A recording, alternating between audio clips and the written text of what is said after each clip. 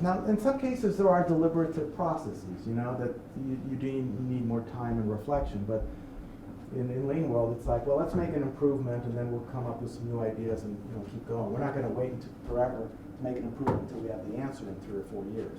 We're going to start now because customers demand it. We got ideas. Let's go put them in place, and so on. So don't look for perfection. The idea is not to get the advising process to the perfect process. Just make it better than it is now. The students will respond favorably, and they'll say, hey, we got an idea for you. How about this? Make it even better. And you go, oh, okay, yeah, let's do that. Step by step. You literally got to think of this as a stair steps. I'm not going from here to there in one jump. And the same way you learn how to play guitar, right?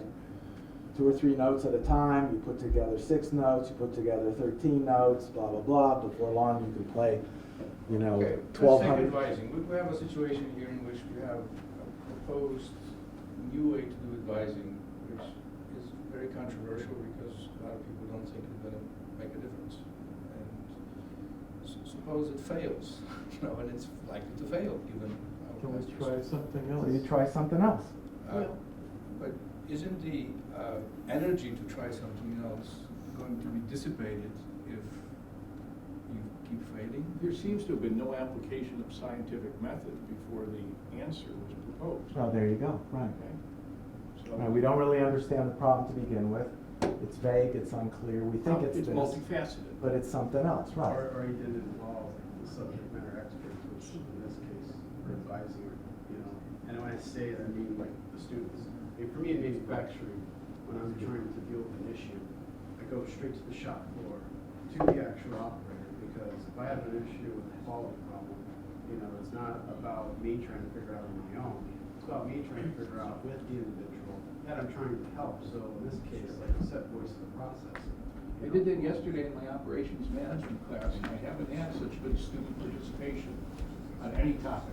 6 hands and loud voices shot up on this particular topic. But we propose instead of solution. But and then the ownership or the success of the program, like you said, if it fails, well, did it fail with just your input, or was it input from both sides? Because I like to say that it would be more successful if the students actually initiated the program and it was a success on their part. But at the end of the day, if it was a failure, at least we together tried or failed. You know what I mean? So Here's the trap you're into with your advising.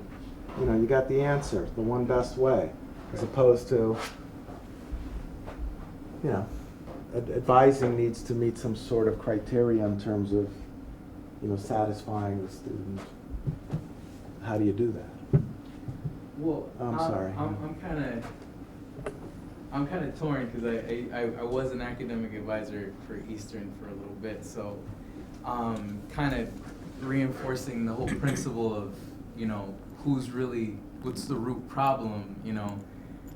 I mean, we could blame academic advising, for that process, all until we're blue in the face. But then at the same time, is that a reflection of how the institution is managed? Like, Somewhat. I mean, there are a lot of institutions that follow a different structure and how kids learn, which is I would think is more lean than anything. In fact, it's really, really popular, which is like the MOOC concept. There's you have one teacher that creates a whole bunch of content. It's always there. It's always on the website, and it's really demand driven because when I feel like I'm interested in a course, I go online, I find it, I go through the process of doing the course, and I may or may not get a certification or not. So it's like you have examples of lean institutions that exist all over the place. It just doesn't follow the same process as what this institution does. So if the problem is I don't know my path through college, well, maybe we need to change how we're thinking about the path rather than criticizing the one department, because to tap into that, I think as a system like CCSU, for instance, me personally, I've gone through maybe 4 degrees in my whole lifetime, changed from general studies to business administration to pure technology, et cetera. I bet you could track that. I bet you could see a student and how their thought process changed. And that right there to me is like waste. You know, for me, it's disrespectful, you know, or at least the system allowing me to just, you know, and I know we have to find our purpose, but for me, to create value added, I want to come to CCSU and leave in 4 years or 5 years, but exactly what I feel like I should be learning, you know. So, and I think that the whole advisory process is super critical, because a lot of times advisors forget to ask, why are you taking this degree? Is it for the money? Is it for passion? Right, I mean, there is You an know? assumption that you know what you're doing, and Right. we pick up from there. Right. But then there also is an assumption that all parts of the system worked Right. getting up to that point. So it's like, is the student qualified to be in the program? You see what I'm saying? Because sometimes it's not, like, I'm super interested in engineering, but, you know, like, I have a really, really low math aptitude. You see what I'm saying? So it's like the system is gonna try to get me through the engineering course, but whether I got into the institution, whether the process for the institution, me getting into the institution was correct. You see what I'm saying? I have a high probability of going into the institution, following the path that's given me, it failing, and then me having to. I think Recover honestly from that that. Yeah. CCSU, Yeah. a goal for CCSU would be a reduction in program transfers. Mm-hmm. So if I saw CCSU and you guys had 1,000 program Well, transfers from now you're arts getting and into the sciences bigger to picture. engineering, you know, let's reduce it to from 1,000 to 2 or 500, whatever is a realistic goal. I think that's a great way to. Well, Maybe more than that, though. I don't think it's such bad that you transfer, but to transfer and lose a year or 2 or 3 of your life, Yeah. that's the disaster. Right. And you know, and that's how we built our curriculum, and that, as Bob said, is a much bigger problem, but if we're gonna do this, sooner or later, we have to address those kinds of problems. But it is, you were saying, let's not blame advising, but we're not blaming advising or any person in advising. The advising process is what's broken. And you have people that are trying to work with or around a broken process. And so we have to fix the process. To Drew's point, it may be bigger than that. It may be that the program design function is broken, and the advising process simply does the best it can with an overly complex and discontinuous. And you can bet that it's overly complex and discontinuous. It's batch and queue processing. You know, after this, I'll just shut up.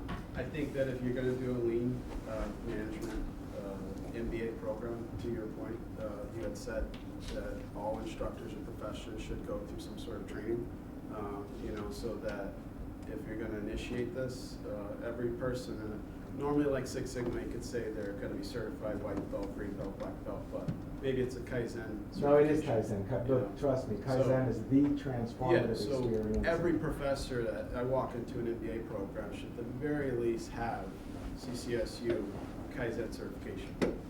You know, so I think that it's a great start. Kaizen experience, yeah. I think we rush to a judgment, though. We've got to be careful. We want to apply the scientific method here. Yep. It's quite possible that we define advising differently and say merely steering students into classes that they need to have in order to graduate a particular program is an administrative function. It might even well be done by a computer. Okay, but if you want to have conversations about students' life direction and why he or she is in a particular major, that's one that you wouldn't trust to computer intelligence yet, at least. So the ideas of fixing it on the heads of more academic advisors or faculty training seems in a sense kind of 20th century to me.